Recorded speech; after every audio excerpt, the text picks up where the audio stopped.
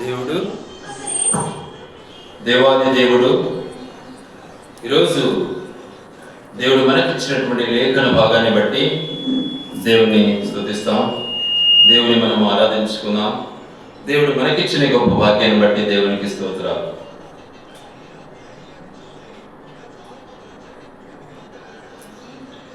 యోబు జీవితంలో దేవుడు చేసిన గొప్ప కార్యం. యోబు పరిస్థితి ఎలా ఉంది అంటే, ఒకప్పుడు చూద్దాం ఆ మాటలు ఒక్కసారి. యోబు గ్రంథము 2వ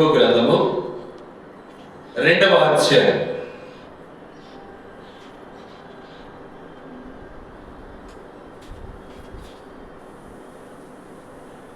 6-7 వచనాలు చదువుకుందాం, 8 వచనాల వరకు. అందుకు యెహోవా, అతడు నీ వశమున ఉన్నాడు, అతని ప్రాణం మాత్రము నీవు ముట్టవద్దని సెలవిచ్చాను. కాబట్టి అపవాది యెహోవా సన్నిధి నుండి బయలువెళ్ళి అరికాలు మొదలుకొని నడినెత్తి వరకు బాధగల కురుపులతో యోబును మత్తెను.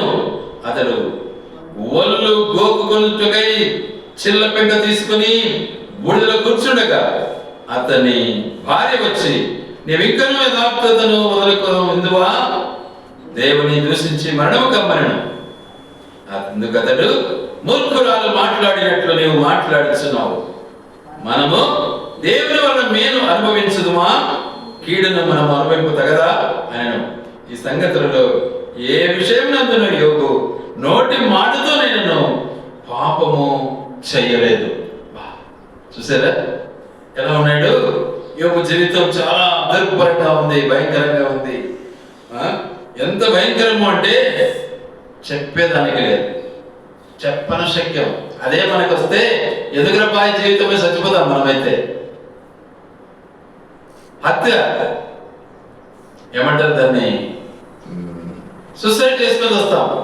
కానీ యోబు తన జీవితంలో అనుభవించడంలో ఎంతో ఎంతో ఉదార స్వభావం కలిగినటువంటి వాడై, ఎంతో ఎంతో నిమమ్రత కలిగినటువంటి వాడై, ఎంతో ఓర్పు కలిగినటువంటి వాడై, సహనం కలిగినటువంటి వాడై ఎంత చక్కటి జవాబు ఇచ్చాడు. దేవుడు మనకు మేలు చేశాడు కదా, అనుభవించామా లేదా? మరి అది అనుభవించినప్పుడు, కీడు సంభవించినప్పుడు అనుభవించడంలో ఏమి ఇబ్బంది?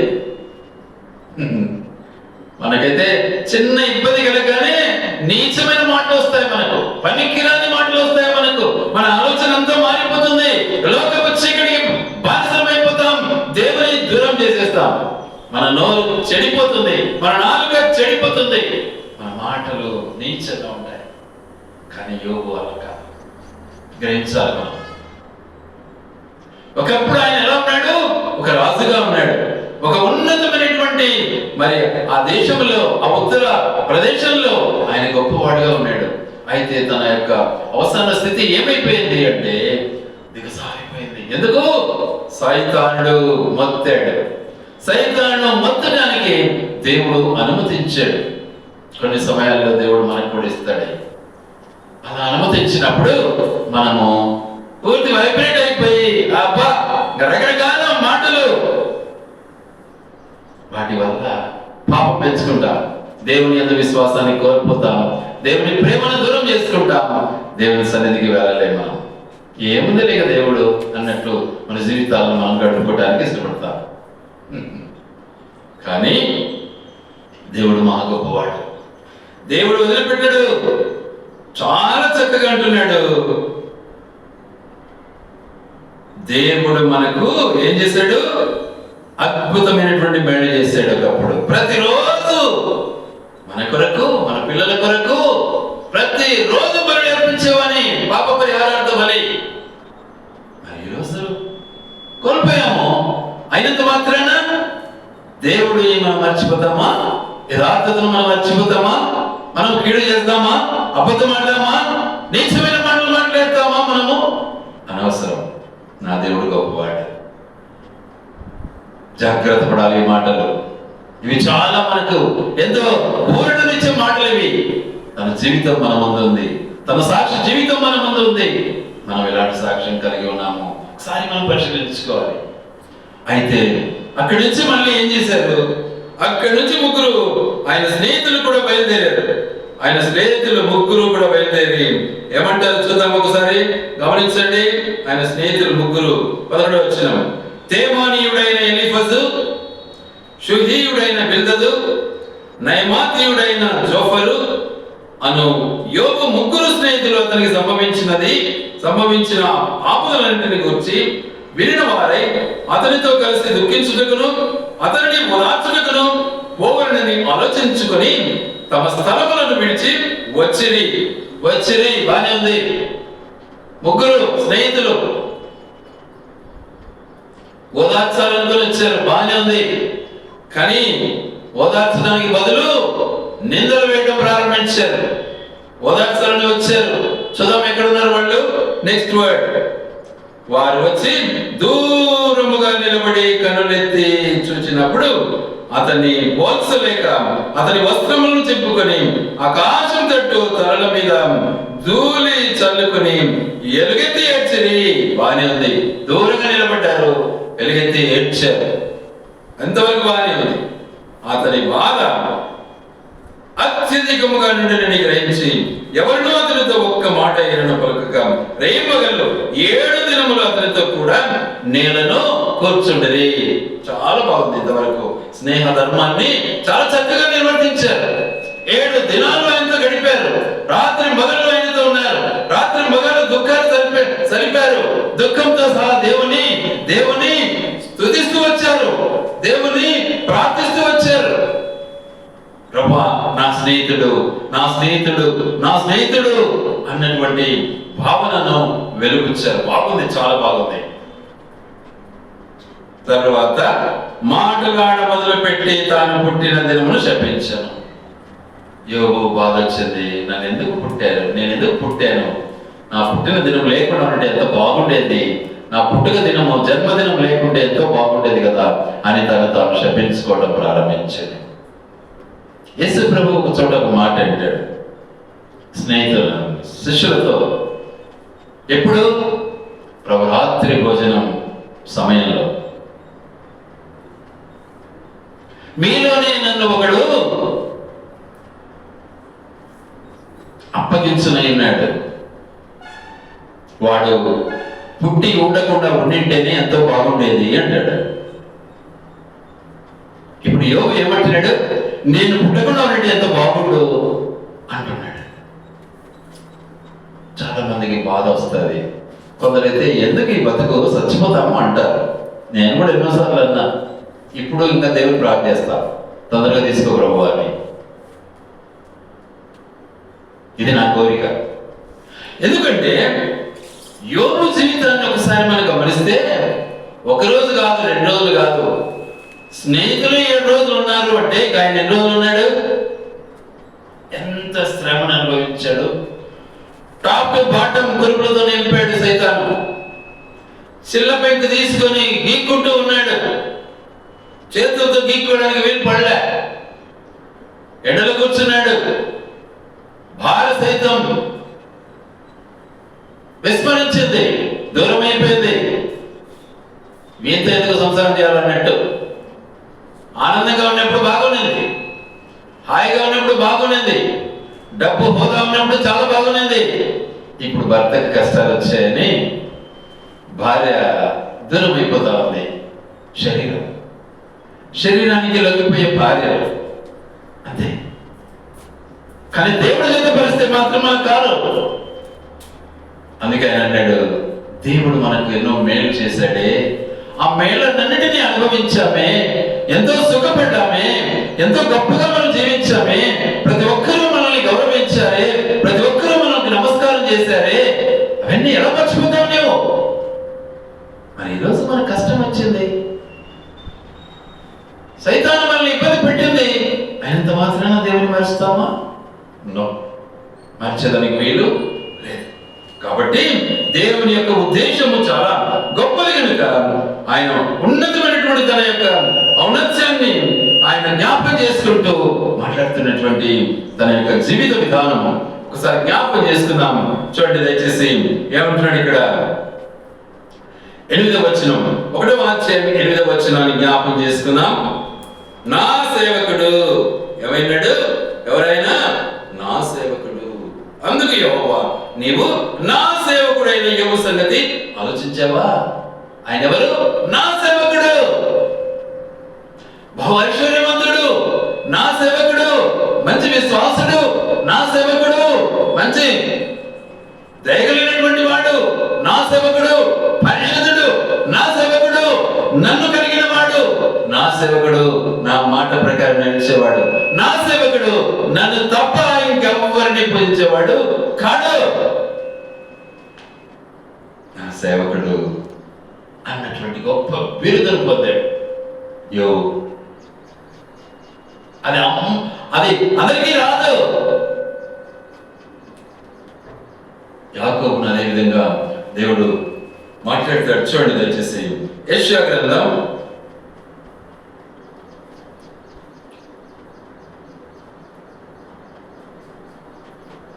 43:1. అయితే యాకోబు, నిన్ను సృజించిన వాడను నేను, అగు యెహోవా, ఇశ్రాయేలు నిన్ను నిర్మించిన వాడు ఇలాగ సెలవిస్తున్నాడు, నేను నిన్ను విమోచించి ఉన్నాను. 44:1. అయినను నా సేవకుడకు యాకోబు, నేను ఏర్పరచుకున్న ఇశ్రాయేలు వినుము. ఎంత చక్కగా మాట్లాడుతున్నాడు దేవుడు. నా సేవకుడు. అందరికి వర్తించదు, అందరు సేవకులు అని చెప్పుకుంటారు. సత్య కొడితే సరిపోదు. వాక్యం మాకొచ్చు, నాకు నాలెడ్జ్ సంపాదించుకున్నాను, రెఫరెన్స్లు అని చెప్తూ వస్తాను అంటే సరిపోదు. ఆయనతో నువ్వు సేవకుడు అని పిలుచుకోవాలి, పిలువబడాలి. అది దేవుని యొక్క ఉద్దేశం. అయితే ఈయన ఎలా అంటున్నాడు? నా సేవకుడు యోబు. చూసావా? ఎవరితో అంటున్నాడు? సైతాన్తో అంటున్నాడు. నా సేవకుడు యోబు సంగతి ఆలోచించవా? ఎలాంటి వాడు ఆయన? యథార్థవంతుడు. జాగ్రత్త. ఆయన ఎలాంటి వాడు? యథార్థవంతుడు. ఒక అబద్ధమాడు, ఒక అన్యాయం చేయడు, ఇతరులను దూషించడు, ఇతరులకు హాని చేయడు. యథార్థవంతుడు.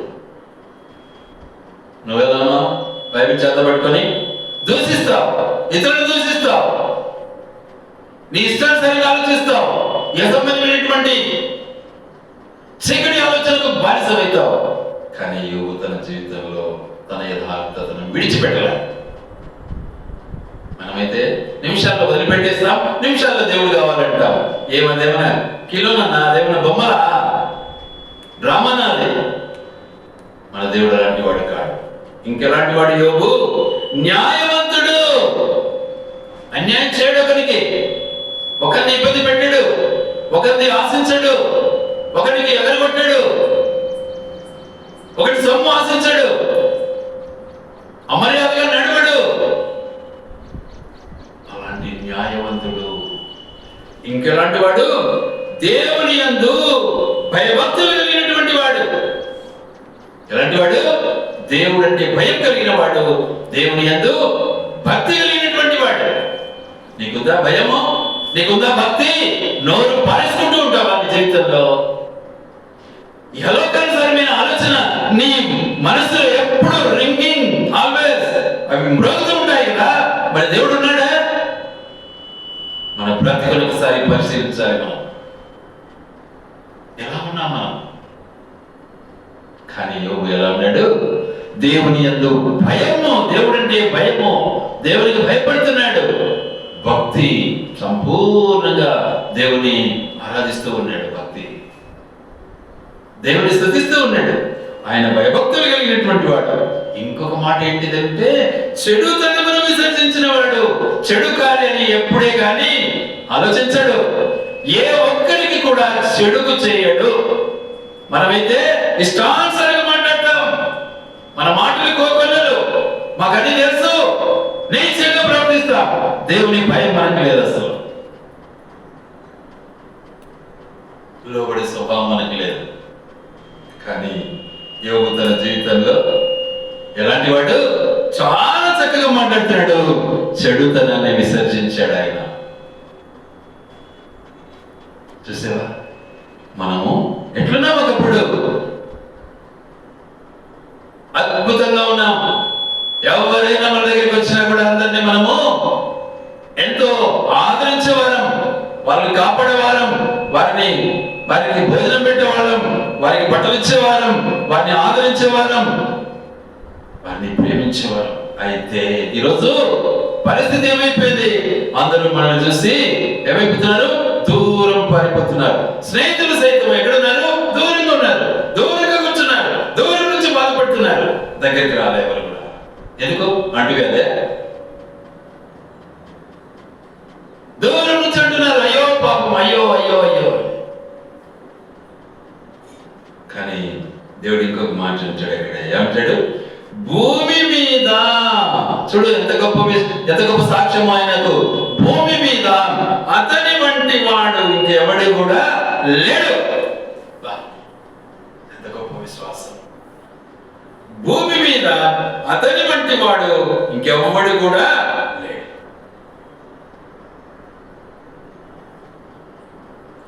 అయితే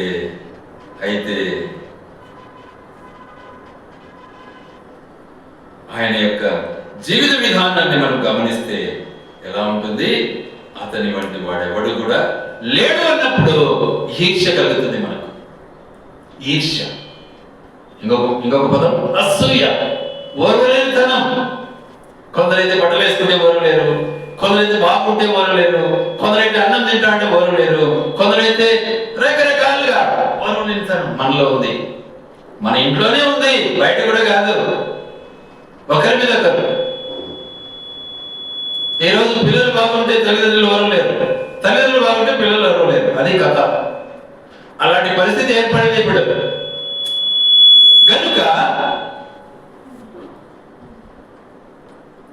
గనుక మన యొక్క జీవిత విధానం మనం జ్ఞాపకం చేసుకోవాలి. అందుకే యోబు మనకెంతగానో అద్భుత రీతిగా మనకు మాదిరికరంగా ఉన్నాడు. అద్భుతంగా మాదిరికరంగా మనకున్నాడు. అయితే దేవుడు ఏం చేశాడు? సాతానుకు అనుమతించాడు. యోబును నిజంగా సైతాను మందర పరీక్షించాడు, శోధనకు అప్పగించాడు. యేసు ప్రభువును కూడా అప్పగించాడు దేవుడు. ఎవరి కోసం? నీ కోసం, నా కోసం. యోబును ఎందుకు అప్పగించాడు? మనందరి కోసం. ఎందుకలా? చూడు యోబును, నువ్వేం నేర్చుకుంటున్నావు? నీ మాదిరి మనిషి యోబు. నువ్వు దూషిస్తున్నావు తండ్రిని, నువ్వు దూషిస్తున్నావు ఇతరులను, నువ్వు అసూయగా జీవిస్తున్నావు. నీలో దార్తత లేదు నేర్చుకోవడానికి. నువ్వు అసూయగా జీవిస్తున్నావు. నేర్చుకో యోబును చూసి. నీ బ్రతుకు మార్చుకో. మన దేవుడు గొప్పవాడు. అయితే దేవాది దేవుడు ఏం చేశాడు? చాలా అద్భుతమైనటువంటి తన యొక్క ఉన్నతమైనటువంటి ఆశయాన్ని నిజంగా యోబు పట్ల నెరవేర్చాలని ఇష్టపడుతున్నాడు. చూద్దాం ఆ మాటను ఒకసారి దయచేసి చూడండి. యెషయా గ్రంథం 40వ అధ్యాయం 2వ వచనం. యెషయా గ్రంథం 42వ వచనం.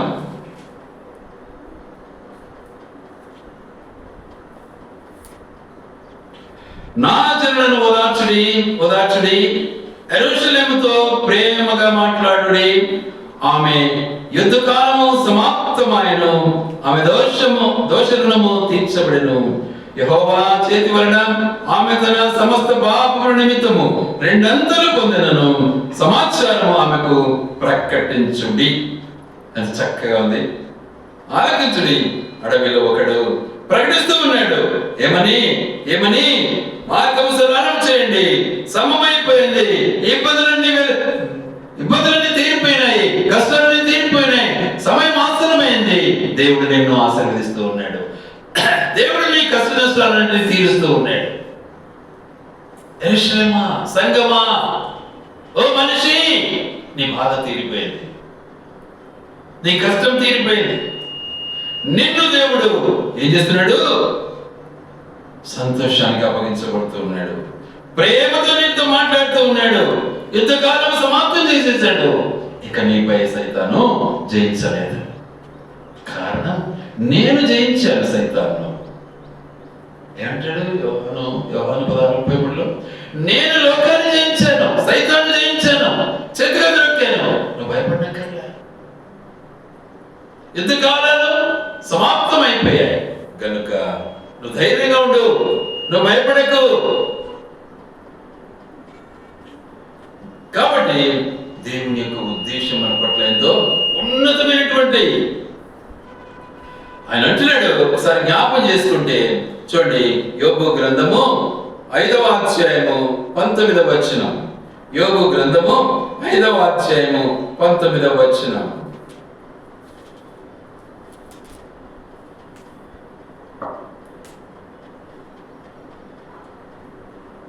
ఆరు బాధల నుండి ఆయన నిన్ను విడిపించును, 7 బాధలు కలిగినను నీకు ఏ కీడను తగలదు. ఎంత గొప్ప విషయం! సంపూర్ణమైనటువంటి విజయాన్ని దేవుడు నీకు ఇవ్వాలని ఇష్టపడుతున్నాడు. ఎన్ని బాధలు వచ్చినా 7 సంపూర్ణంగా అద్భుతంగా పూర్తిగా నువ్వు ఒకవేళ బాధలు అనుభవిస్తున్నప్పటికీ ఆయన నిన్ను విడిచిపెట్టాడు. మనమైతే హ్యాంగ్ అయిపోతాం. మనకుండే పిరికితనం, మనకుండే లోపితనం, మనకుండే చిగడితనం, ధైర్యం లేదు మనకు. కారణం దేవుడు లేడు మనకు. మనలో ఉన్నటువంటి బలహీనత, కానీ దేవుడు మనల్ని ధైర్యపరుస్తున్నాడు. 6 బాధల నుండి ఆయన నిన్ను విడిపిస్తాడు. 7 బాధలు కలిగినప్పటికీ ఏం చేస్తాడు? నిన్ను సంపూర్ణంగా నీకు విడుదల ఇవ్వడానికి సిద్ధంగా ఉంటాడు. నువ్వు భయపడనక్కర్లే. గనుక వేటకాని ఉరిలో నుండి ఆయన నిన్ను విడిపించును, నాశనకరమైన తెగులు రాకుండా ఆయన నిన్ను రక్షించును. కీర్తనకారుడు అంటున్నాడు ఈ మాట. 91 3వ వచనం చాలా స్పష్టంగా మాట్లాడుతున్నాడు. చూడండి దయచేసి 91 3వ వచనం.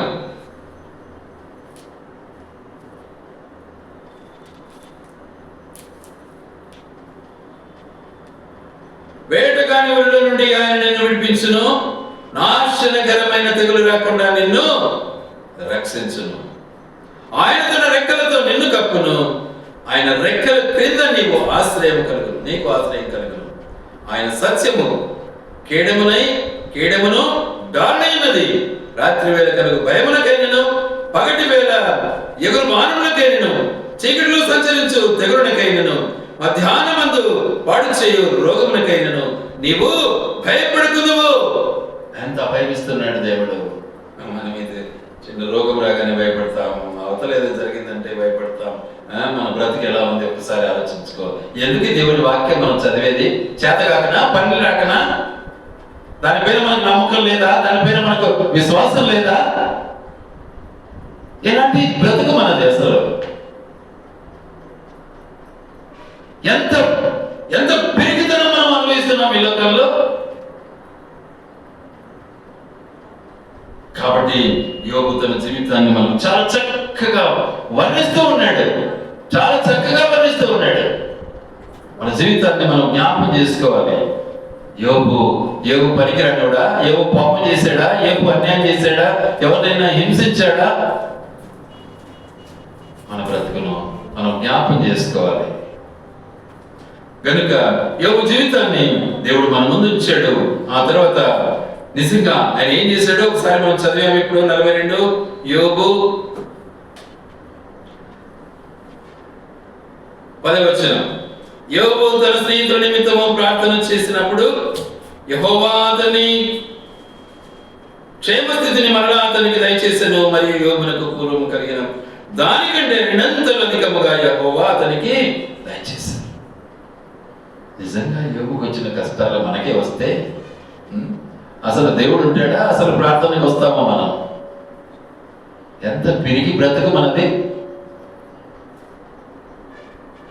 అసలు దేవుడు లేకుండా, ప్రార్థన లేకుండా, దేవుని మీద విశ్వాసం లేకుండా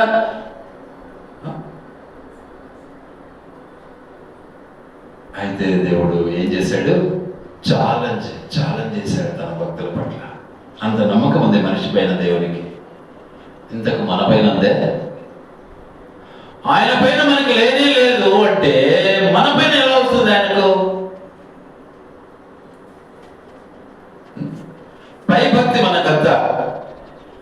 బైబిల్ పట్టుకోవాలా, అందరు చూడాలా? మేము చర్చకి పోతున్నాము, అందరికీ కనబడాలా? క్రియ చేయాలా? కానీ దేవుడు క్రియ నెరిగిన వాడు, హృదయాన్ని నెరిగిన వాడు. నువ్వు పిరికితనంతో ఉన్నావా లేక దేవుని యందు భక్తితో ఉన్నావా? ఒకసారి ఆలోచించుకో. కాబట్టి ప్రభువులో మనం కొనసాగ నిమిత్తము దేవుడు మనతో మాట్లాడుతున్నటువంటి చక్కటి మాట, చాలా స్పష్టంగా మాట్లాడుతున్నాడు. ఓదార్చండి, ఓదార్చండి, ఓదార్చండి నేర్చుకోవాలి. మనం ఎప్పుడు ఓదార్స్తాం ఇతరులను? మనము ధైర్యంగా ఉంటే ఓదార్చగలం. మనలో ధైర్యమే లేకపోతే అవతలనే ఓదార్స్తాం. చేతకాని వాళ్ళ మీద వాళ్ళని మనం ఓదార్చలేం, మన చేత కాదు. ఎందుకు? మనమే పీకోళ్ళం, అవతలనే ఓదార్చేది మనం.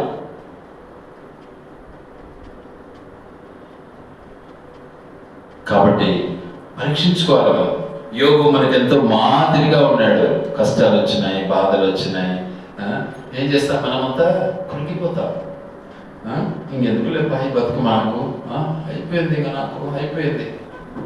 మనకు బాగా తెలుసు, మన కరోనా వచ్చినప్పుడు రోగం తగిన వాళ్ళు సగం మంది అయితే భయపడి తెచ్చిన వాళ్ళు సగం మంది. రోగంతో చనిపోయిన వాళ్ళు సగం మంది అయితే భయపడి తెచ్చిన వాళ్ళు సగం మంది. రోగం తగిలి ధైర్యంగా ఉన్నారు, బ్రతికినారు, బాగున్నారు. ఇప్పుడు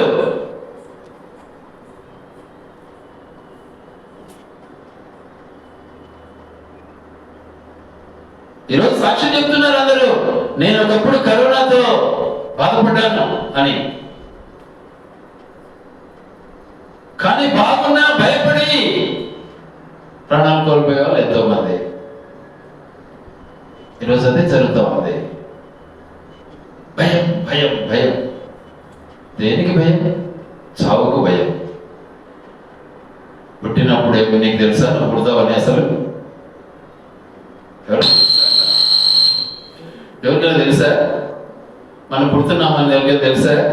ఎవరికి తెలియదు, ఏ మనిషికి తెలియదు. కానీ చచ్చేటప్పుడేమో ఎందుకు చస్తున్నానే అని భయపడమే.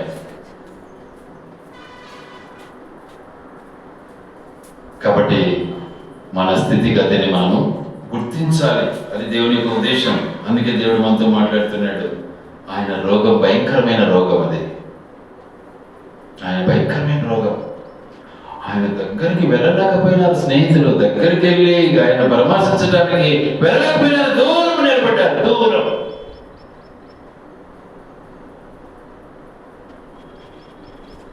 ఈరోజు కూడా రకరకాల ఆచారాలు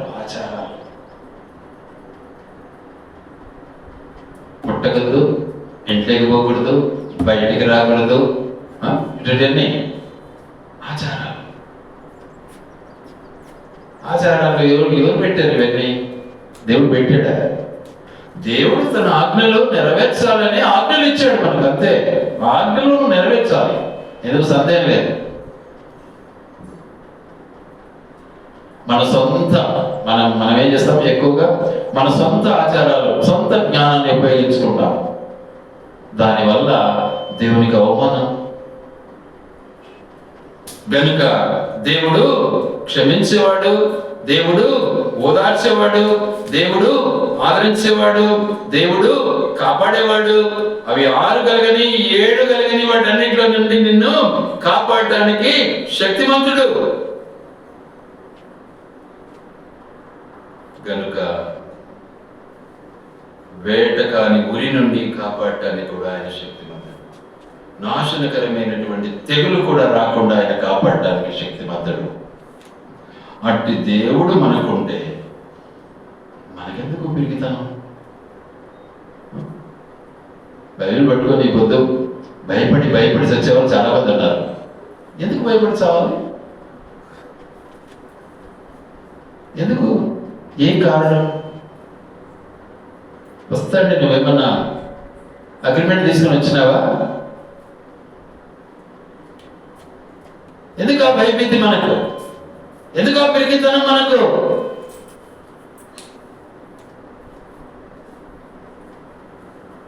ఆ భయమును కలగచేసేది సైతానుడే నీకు. ఆమె ఉండే పాస్టరమ్మ, ఏం పేరు అక్క పేరు, చనిపోయింది, మెయిన్ చర్చిలో ఉండేది, ఏం పేరు మర్చిపోయాను, జ్యోతమ్మ. ఆ అక్క చెప్పేది మొట్టమొదట ఆమెకు ఒక గ్రామంలో అపాయింట్మెంట్ ఇచ్చారు పాస్టరమ్మ. ఆ ఇంట్లో ఎవరు నివాసం చేయరంట. ఇల్లేమో కట్టారు, బాగానే ఉంది, కానీ కొట్టము. ఏం చేయాలి, ఆ ఊరు నుంచి మాటికి మైదుకులకు వచ్చి పోవాలంటే కష్టం కదా అని ఆ ఇల్లు తీసుకునిందంట. ఆ ఇంట్లో ఉండమన్నారట. ఆ ఇల్లు శుభ్రం చేసుకొని, లక్షణంగా శుభ్రం చేసుకొని, ప్రార్థనా పూర్వకంగా ఆ ఇంట్లో నివాసం చేస్తూ ఉందంట.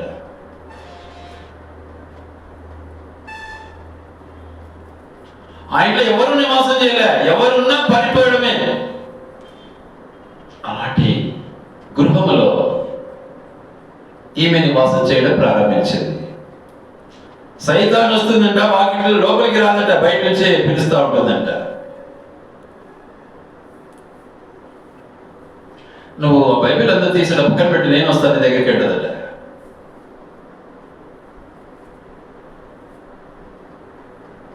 ఎప్పుడైతే మెలకు వస్తుందో వెంటనే బైబిల్ మళ్ళీ చదువుకోవడం, చిన్న ప్లాన్ చేసుకోవడం, పట్టుకోవడం. సైతాన్ ఏం చేసుకోలేకపోయింది. సజీవ సాక్ష్యం. మనం ఇంతమంది ఉన్న ఇంట్లో ఎవడు కొద్ది రోజుల కంటే ఎక్కువ నివాసం చేసేవాళ్ళు కాదట. ఇంతకుముందు బాడీ ఇంట్లో ఉన్నాం మనం. ఎందుకు? అద్భుతమైనటువంటి సైతానందలో ఉందట. పారిపోయేవాళ్ళట, రాత్రి పారిపోయేవాళ్ళట ఆ ఇంట్లో నుంచి. మనం పారిపోయినామా? మన దేవుడు మనల్ని కాపాడలేదా? మరి మనకెందుకు భయం? ప్రాక్టికల్ లైఫ్ మన చేతిలో ఉంది. ఎవరో ఏదో చెప్తే కాదు మనము నడవలసింది. దేవుడి వాక్యం మనతో మాట్లాడుతుంది, దేవుడు మనతో ఉంటాడు. మనం వచ్చి రాకనే వేరే వాళ్ళు పారిపోయినారట. మనకు ముందున్న వాళ్ళు ఎప్పుడు పూజలు చేసేదట, అయినా పారిపోయేదట ఆ ఇంట్లో నుంచి. మనం కొన్ని సంవత్సరాలు ఉన్నాం దాంట్లో. మన శక్తి అది? మన దేవుని శక్తి. మన దేవుడు కాపాడేవాడు మనల్ని. సైతాను దేవుని ఆధీనంలో ఉండాల్సిందే, కానీ సైతాను దేవుని మెచ్చిపోలేదు కదా. మనం ఎందుకు భయపడతాం ఈ లోకంతో? లోకం ఏమనుకుంటుందో అని మనం భయపడతామే, దేవుడికి ఎందుకు భయపడవు? కాబట్టి మూర్ఖురాలు మాట్లాడినట్టు నీవు మాట్లాడద్దు. దేవుడు మనకు ఎంతో ఐశ్వర్యం ఇచ్చాడు, ఎంతోమంది బిడ్డలను ఇచ్చాడు, ఎంతో ఆస్తిని ఇచ్చాడు. అవన్నీ ఆయన ఇచ్చినట్టు కాదా? ఈరోజు కష్టాలు వస్తానే ఆయన విడిచిపెడతావా నువ్వు?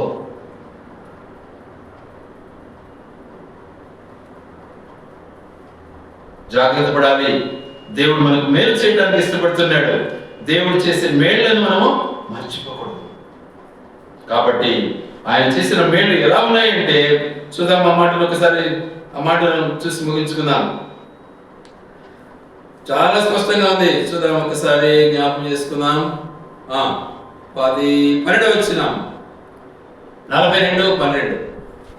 యెహోవా యోబును మొదట ఆశీర్వదించినంత కంటే మరి అధికముగా ఆశీర్వదించెను. సైతాను నిన్ను ముట్టింది అంటే నీవు నిజంగా దేవుని బిడ్డవైతే దేవుని అనుమతి లేకుండా సైతాన్ నిన్ను ముట్టదు. నువ్వు నిజంగా సైతాన్ని ప్రేమించే బిడ్డవైతే సైతాన్ నీతోనే నివాసం చేస్తావు. ఇక దేవుడు ఎందుకు నీకు? అది విషయం. అది మనం ఆలోచించాలి. మనకు దురాలోచనలు వస్తున్నాయంటే నీలో ఎవడున్నాడు? సైతాను నిన్ను వెళ్తున్నాడు. ఎప్పుడు చూసిన ఆచారాలకు బానిసలు అయిపోతారు. ఎవడు పెట్టాడు ఇవన్నీ? ఎందుకు ఇంకా మనం బయట చదివేది? ఎందుకు ఇంకా మనకు ప్రార్థన? కాస్త కూస్తూ కొంచెమన్నా మనలో మార్పు ఉండాలి కదా. అది కానీలే ఇది కానీలే అనేవాళ్ళు చాలా మంది అయిపోయినారు. ఇప్పుడు ఇది కూడా కావాలా, అది కూడా కావాలా? మీరు చెప్పండి, ఒక వరలో ఎన్ని కత్తులు ఇప్పుడతాయి? ఒకటే.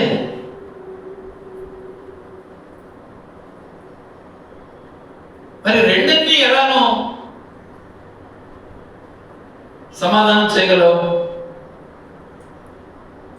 అయితే దేవుని యందు మనం ఉన్నట్లయితే ఎంత కష్టం వచ్చినా దేవుడు నిన్ను కాపాడుతాడు. ఎందుకంటే ప్రాణం ఆయనది, సైతాన్ది కాదు. ఈ మనస్సును డైవర్ట్ చేసుకుంటూ ఉంటావు. దేవుని వైపు ఉంటావో లేక సైతాన్ వైపు ఉంటావో, నీ ఇష్టం. అయితే నిజంగా ఏం చేశాడు? స్నేహితుల కోసం ప్రార్థన చేస్తే వాళ్ళని వదిలిపెడతాను అన్నాడు దేవుడు. ఎంత కష్టంలో ఉన్న స్నేహితులు ఆయన పింఛి చేశారు. పింఛి ఈరోజు కూడా పింఛింగ్ చేసేవాళ్ళు చాలా మంది ఉంటారు మన పక్కలోనే. పొడుస్తూ ఉంటారు ఒక పక్క. పొడిస్తే ఎడల సావని నేను ఆనందంగా ఉంటా. పొడిసే వాళ్ళు ఆనందంగా ఉంటారా? ఎండని కూడా లేరు. అది వాళ్ళకి కానరాదు. కనుక చాలా స్పష్టంగా అన్నాడు దేవుడు. ఎప్పుడైతే స్నేహితుల కొరకు యోబు ప్రార్థన చేశాడో అప్పుడు యెహోవా తమకు ఆజ్ఞాపించినట్లు చేయగా యెహోవా వారి పక్షమున యోబును అంగీకరించెను, వారిని క్షమించాడు. ఆయన ప్రార్థనను అంగీకరించాడు, స్నేహితులను క్షమించాడు. మోషే ప్రార్థన చేశాడు. మిరియమ్మకు కుష్ఠరోగం బాగు చేశాడు దేవుడు. కానీ మిరియమ్మ ఏం చేసింది? ముందు తమ్ముని మీదనే ధ్వజం ఎత్తింది. అక్కడ చిన్నలేరా నువ్వు? నా సంగతి నీకు తెలియలే? నేను కదా నిన్ను కాపాడింది, లేకపోతే నువ్వు ఏడుంటావురా అనేది. అదే కదా అర్థం. అది ఇక ఆ భాషలో వేరే ఈ భాషలో మనం మాట్లాడుతున్నాం అంతే. కానీ దేవుడు వింటున్నాడు.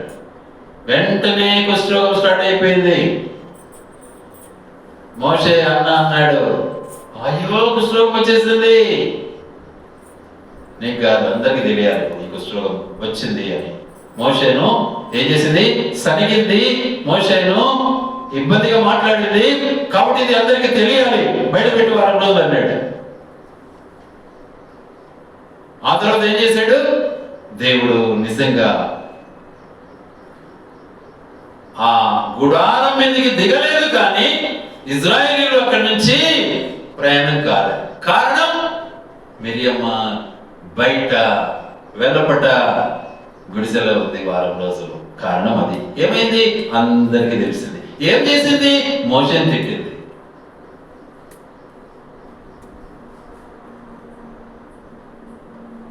దేవుడు చేసే కార్యాలు చాలా గొప్పగా ఉంటాయి. సింపుల్గా ఆలోచన చేయకండి. మనడు కూడా అట్లే చేసినాడు. రాజుల గ్రంథం 5వ అధ్యాయంలో సిరియా దేశానికి ఆయన సైన్యాధిపతే కాదట్లా నేను అన్నాడు. ఎలీషా నా దగ్గరికి రాలేదే, నన్ను ముట్టుకోలేదే, నేను చెప్పినట్టు వినలేదే. అవునా? దేవుడు నువ్వు చెప్పినట్టు వింటాడా? అప్పుడు దేవుడు ఏం చేశాడు? ఎవరి ద్వారా నడిపించాడు? ఒక బానిస ద్వారా నడిపించాడు. అక్కడికి బాగా ఆలోచించాలి. ఎవరైనా సైన్యాధిపతి. ఎవరు ఆయనకు గైడ్ చేశారు? బానిస. ఎక్కడికి పోయాడు? ఎలీషా దగ్గరికి వచ్చాడు. ఇప్పుడు ఎలీషాకు మళ్ళీ ఆజ్ఞలు ఇచ్చారు ఒక బానిస. ఎవరు? గెహజీ. ఎలీషాకు ఆయన సేవకుడు. అంటే లీస్ట్ పర్సన్. నువ్వు వెళ్ళి 7 సార్లు మునిగంటే రాపో చెప్పినాడు మా పెద్ద ఆయన అన్నాడు. మీ పెద్ద ఆయన ఏందిరా నా దగ్గరికి రాకుండా? నేనేంటి అనుకుంటున్నావు? చూడు నా ఆయనకి ఎంతమంది ఉన్నారు, నేను ఒక సైన్యాధిపతిని అని విరమిగాడు. ముందు బానిస చెప్తే వచ్చాడు, ఇప్పుడు బానిస చెప్తే మళ్ళీ ఎగిరాడు. ముందు బానిస చెప్తే కూడా అన్నాడు, ఎవరు తెలుసా? ఎడు తెలిసింది ఇది? ఎవరికి తెలియదే? ఎడు తెలిసింది? మన ఇంట్లో బానిస చెప్పింది. చూడట్టుందో కథ. దేవుడు భలే పాఠం నేర్పిస్తాడు మనకు, మనం గుర్తించమని. ఆ తర్వాత వెనుదిరగడానికి ప్రయాసపడ్డాడు. వెంటనే ఇంకొక బానిస ఏం చేశాడంటే, స్వామి ఒకవేళ ఆయన 2 లక్షలు ఖర్చు పెట్టమంటే నువ్వు పెట్టవా? ఏదో పూజలు తయారు చేయండి, నువ్వు చేయవా అని చెప్పింది. ఆ నదిలోకి పోయి చేయమన్నాడే స్నానం, చేసి చూడడం ముందు అన్నాడు. ఎవరు చెప్పింది? తన సైనికుడు చెప్పాడు. అంటే ఆయన బానిస కదా, ఎవరితో చెప్పించాడు? సైన్యాధికారికి ఒక బానిసతో చెప్పించాడు. 3 బానిసలు చెప్పారు. అప్పుడు మనకి తెలివచ్చింది, అప్పుడు కుష్ఠరోగం బాగైంది. అప్పుడు పరివారంతో వచ్చాడు. ఏం చేస్తున్నాడు? నమస్కారం పెడుతున్నాడు, దండాలు పెడుతున్నాడు. ఇది ఎంత తీసుకోయ్యాడు, ఎవరికి కావాలి? ఇది గ్రహించాల మనిషి. చాలా మంది తీసుకోవడానికి కూడా ఇష్టపడతారు, సాధారణంగా తీసుకునేదానికి ఇష్టపడరు. ఎవరు? దేవుని సేవకులైతే. అది ఇష్టపడ్డాడు బానిసగా. ఏమైపోయినాడు? కుష్ఠరోగి అయిపోయినాడు. కాబట్టి దేవుడు మంచి పాఠం నేర్పిస్తాడు మనకు. చాలా సులువుగా ఆలోచిస్తారు, హై లెవెల్లో దీన్ని అర్థం చేసుకోవాలని ఇష్టపడతారు. హై లెవెల్ అవసరం లే, చక్కగా అర్థం చేసుకుంటే ఎవరిని వాడుకున్నాడు దేవుడు, ఎవరికి తెలివిచ్చాడు, ఎవరికి జ్ఞానం ఇచ్చాడు, ఎవరిని స్వస్థపరిచాడు, ఇది మనం అర్థం చేసుకోవాలి. ఎన్నిసార్లు నీ దగ్గరికి వచ్చాను నన్ను లెక్క చేయలేదే? కనీసము అమ్మా అని నేను అడుక్కుంటూ వచ్చాను నీ దగ్గరికి, అన్నం పెట్టలేదేనో అంటాడు దేవుడు. మనం ఏమంటాం? పైరాపో అంటాట. పైరాపో అనే పదం పెట్టుకోకూడదు మనం.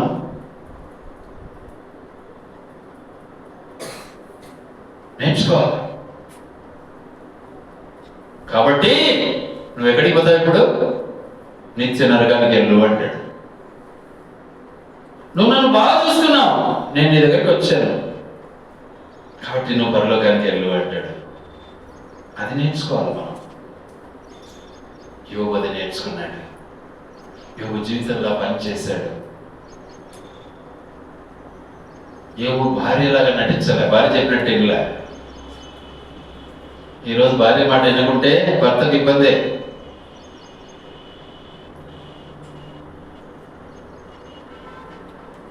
కానీ ఆ రోజు కూడా యోబు వినలే. బైబిల్ చదవాలి మనం. వాక్యాన్ని చదవకుండా విమర్శకులకు కాకూడదు. వాక్యం చదవకుండా లోకానుసారమైన నీతికి బానిసలం అయిపోతూ ఉంటాము. వాక్యం చదివితే, వాక్యాన్ని అర్థం చేసుకుంటే మనకు ధైర్యం వస్తుంది. దేవుడు మనల్ని ధైర్యంతో నింపుతాడు. అట్లే అందుకే భయపడకు అంటాడు. అపొస్తలుల కార్యము 18:10లో ఏమంటాడు? భయపడద్దు, నేను నీకు తోడై ఉన్నాను, నీకు హాని చేయడానికి నీ మీదకి ఎవడు రాడు, నువ్వు మాట్లాడు.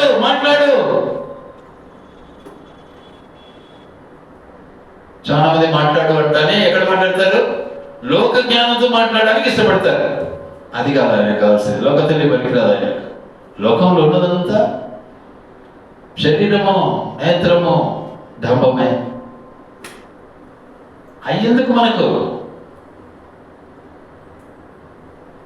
అది ఈ లోకాధికారికి. మన దేవుడు విధేయుడు, వినయ మనస్కుడు, సాత్వికుడు.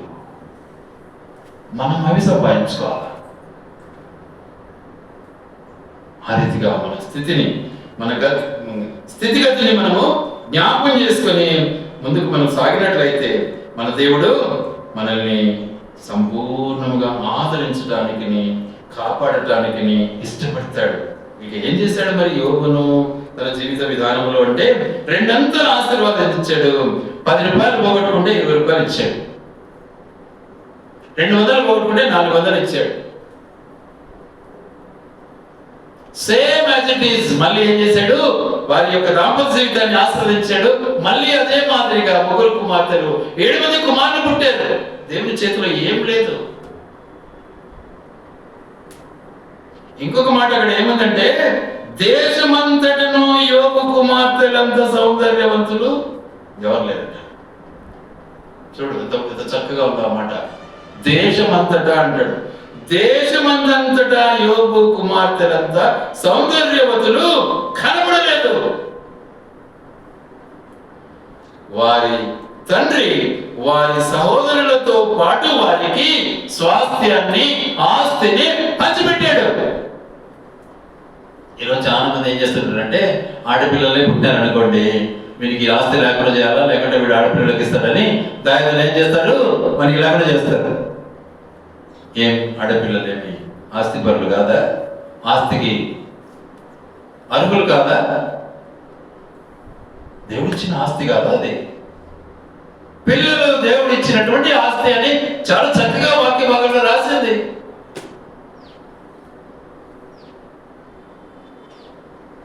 కొడుకులకే ఆస్తి అన్నదే మన అక్కడ చాలా చక్కగా ఉంది. వారి తండ్రి వారి సహోదరులతో పాటు వారికి స్వాస్థ్యములను ఇచ్చాడు. కనుక ఆయన యొక్క ఆయుష్ యావత్తు అద్భుత రీతిగా, ఆశ్చర్య రీతిగా ఆయన వారిని ఆశీర్వదించి నిజంగా దాదాపు ఎన్ని సంవత్సరాలు, 140 సంవత్సరాలు బ్రతికి కుమారులను, కుమారుల కుమారులను, 4వ తరం వరకు మొది మనమండలను, మనవరాలను చూసి ఆయన లోకాన్ని విడిచాడు. దేవుడు తీసుకెళ్ళాడు. మనం సిద్ధపడదాం వల్ల లోపల కుళ్ళు పెట్టుకుంటే అన్ని రోజులు బతకలే. మనం ఏం కావాలో మనకు ఒకసారి చదువుకుందామా మాటలు మళ్ళీ చూద్దాం. నెక్స్ట్ అదే పుస్తకంలో 1వ అధ్యాయంలోనికి వద్దాం. మళ్ళీ మనం 1వ అధ్యాయం